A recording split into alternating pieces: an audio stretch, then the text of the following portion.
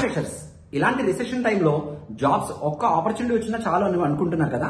అలా అయితే మీకోసం Harsha training 3 different job opportunities తీసుకొచ్చింది. ఈ 3 జాబ్ ఆపర్చునిటీస్ మీ ప్రొఫైల్ త్రూ హర్ష ట్రైనింగ్సే కంపెనీకి ఫార్వర్డ్ అవుతాయి.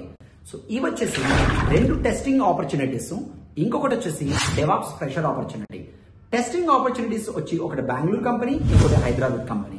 డెవాప్స్ వచ్చేసి Hyderabad company. First company 1 requirement వచ్చేసి టెస్టింగ్ నేర్చుకుని ఉండాలి. Manual plus selenium automation testing. Year of pass out 2020 నుంచి 2024 వరకు ఎవరైనా ఎలిజిబులే.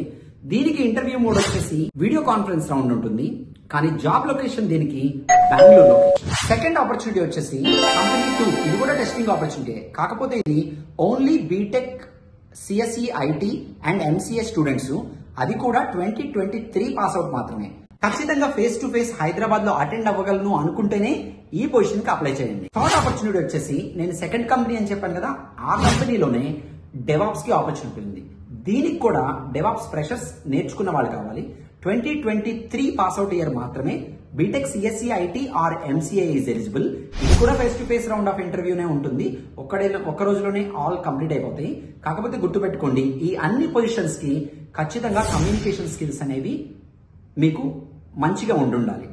ఓకే, నెక్స్ట్ వచ్చేసి ఈ జాబ్ పొజిషన్స్ కి మీరు అప్లై చేయాలంటే సింపుల్, మీ రెజ్యూమ్ని hr@yoktatechnologies.com అనే మెయిల్ ఐడికి పంపించండి.